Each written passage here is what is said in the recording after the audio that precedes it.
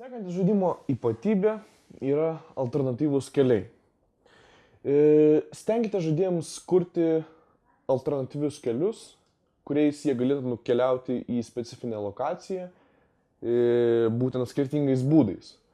Kai jie galėtų pasirinkti kelią A arba kelią B. Ir galėtų pereiti vienu, galėtų pereiti kitu, arba pereiti vienu keliu, arba grįžti kitu ir ištyrinėti juos abu. Pasirinkimo galimybė žaidėjų yra labai svarbi emociškai, nors net jeigu ir bet kuris jo pasirinkimas veda į tokią pačią lokaciją. Ši tokia fikcija pasirinkimo leidžia žaidėjui labiau įsijausti į žaidimą ir jam sukuria iliuziją, jog jis kontroliuoja labiau visą šitą žaidimo pasaulį, jeigu jis turi galimybę pasirinkti. Taigi, Z ašis – aukščio ypatumai. Kurkite lokacijas, kuriuose yra vertikalios navigacijos galimybė, aukštesni ir žemesni lygiai. Jei žaidėjas nukristų, pavyzdžiui, jam tektų grįžti atgal į aukštesnį lygį. Kaip viena iš tokių tipinių situacijų žaidimuose yra vadinamieji vandens lygiai, kada reikia pasinerti į vandenį, praplaukti pro apačią ir išnerti kitoje žaidimo vietoje. Labai dažnai tipiškai naudojamas Z ašis šiuo atveju. Atsiminkite, jog galimybę užlipti reikia sukurti netoli nuo kritimo vietos. Neleiskite žaidėjui frustruoti ir nekurkite kopėčių arba rampos pakankamai toli.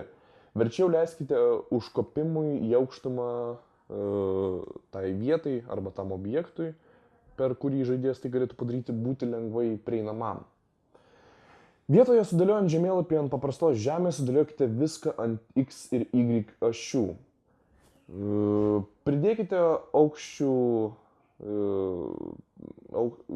aukščius kaip būdą kurti įtampą. Aukštumas be to gali būti puikus strateginis lygio elementas. Kaip pavyzdžiui, jeigu žaidėjas turi eiti ant kažkokios tai plonos lentos arba kokio nors tai plono objekto balansuodamas tarp dviejų pastatų, jis automatiškai frustruos, nes jis bijos nukristi, jo charakteris turės eiti lėčiau. Pridėkite priešą, kuris įvejasi, ir žaidėjas jau gaus trigubą adrenalino dozę, negu kad žaisdama žaidimą įprastai, kad bėgtų nuo tam tikro veikėjo, nes jis dabar dar turėtų labai balansuoti su savo žaidėjai. Aukštos vietos žaidime, kaip visokie stogai, kalvos, kitos aukštesnės vietos, yra, kaip jau minėjau, puikios strateginės vietos žaidėjai, tarkime, pirmojo veiksmo šaudyklėse, pozicijos snaiperiams ir taip toliau. Skirtingų aukščių sukūrimas, tokių kaip grindys arba reljefas, sudaro žaidėjams priežastį keliauti aukštyn arba žemyn. Nepamirškite, jog Z ašis ne visada reiškia aukštyn. Jį gali reikšti ir žemyn. Visokias kanalizacijas, olas, tos pačius vandens lygius, pro kuriuos galima pranerti ir taip toliau. Tamsios ir judėjimą dėl vandens antplūdžio sulėtinančios vietos automatiškai sukelia įtampą. Žaidėjas negali matyti toli, tik keletą metrų prieš save. Sukurkite vietas, kuriuose būtų galima paprastai naviguoti ir būkite tikri, jog jų žaidėją galite nukreipti paprasčiausiais metodais. Pavyzdžiui, tolumoje įtvirtinami šviesą. Nekurkite labirintų, paprasčiausi sprendimo ir modeliavimo būdai geriausiai suveikia. Kai, tarkime, mes turime tą patį vandens lygį ir jo pačioje pabaigoje mes matome nedidelį švieselę ir žaidėjas gali ją plaukti.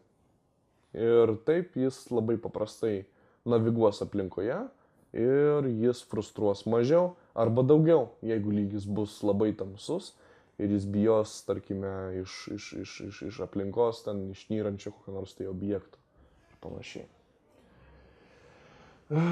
Kliūtis ir priedangos. Priverskite žaidėją apeidinėti kliūtį, kuri gali būti skylė grindyse, užstojęs kelio autobusas arba užvirtęs medis, kaip pavyzdžiui. Priverskite žaidėją dalyvauti jūsų aplinkoje. Kliūtis taip pat suteikia priedangos galimybę žaidėjui, taip pat ir dirbtiniam intelektui. Svarbu, jog žaidėjas galvotų, kuriuo keliu ir kokiu būdu jis nori prisertinti prie savo tikslo. Visada, kaip jau anksčiau minėjau, turėtų egzistuoti alternatyvos. Pavyzdžiui, žaidėjas mato priešų grupelę, kuris slepiasi už tam tikros kliūties, tarkime, nedidelės kalvelės. Ir jis gali pasirinkti arba priešus atakuoti tiesiogiai, arba kaip nors tą kliūtį apeiti ir išvengti, arba atakuoti priešus iš šono. Pavyzdžiui, pirmo veiksmo šaudyklėse jis gali mesti granatą ir taip išvalyti priešus už kliūties. Ir kliūtis gali būti netgi naudinga žaidėjai. Jis gali panaudoti kliūtį kaip priedangą nuo ugnies priešų arba kaip priedangą nuo, kad jo nepastebėtų ir jis išvengtų susidūrimo su priešais. Detalės. Kalbant apie detalės, mes turėtumėme galvoje tam tikrus smulkius žaidimo objektus, kaip tarkime medžiai, ten visokios dėžės, kėdės, knygos ir taip toliau. Tokius smulkius, atskirus, unikalius žaidimo objektus. Vokiečių kilmės architektas Liudvigas Mies van der Rohe yra pasakęs: Dievas yra detalėse. Vos tik sukūrę didžiąją žaidimo aplinkos dalį, skirkite laiko kurdami bei tobulindami detalės žaidime. Jos suteikia tikrumą. Jums visiškai nereikia ten šlifuoti arba ten labai smulkiai detalizuoti ištiso lygio. Tik tas vietas, kur žaidėjas praleidžia daugiausiai laiko arba kur jis labiausiai kontaktuoja su žaidimo aplinka. Tai yra, jog jums nebūtina ten kurti kiekvieną įskilimą sienų ir taip toliau tose vietose, kur žaidėjas tiesiog praeina. Tai mes, tarkime, turime ilgą koridorių, kurio žaidėjas tiesiog greitai praeina. Detalizuokite tą vietą, kurioje jis atsiduria vėliau. Tarkime, kambarį, kuriame reikia kažką surasti. Čia jūs galite pridėti įvairių įdomių detalių, kurios apsunkintų paiešką. Arba atvirkščiai duotų žaidėjui tam tikrų nuorodų, kur būtų galima rasti vieną ar kitą objektą arba žaidimo veikėją. Tokios aplinkos detalės kaip šiukšlės, įvairūs įtrukiai, skilimai, dūmai iš kanalizacijos angų, danguje skraidantis paukščiai, įvairūs objektai ir daiktai daro lygį interaktyvų ir, žinoma, sukuria jo atmosferą. Ir taip, paskutinė detalė žaidimo kūrime, tai būtų įdomios erdvės. Kurkite naujas įdomias žaidimo aplinkas ir skirkite laiko norimos sukurti lokacijos paieškai, jos istorijos kūrimui ir temai. Nepradėkite kurti, kol jūs nesugalvojate ko nors įdomaus, kas dar nebuvo sukurta.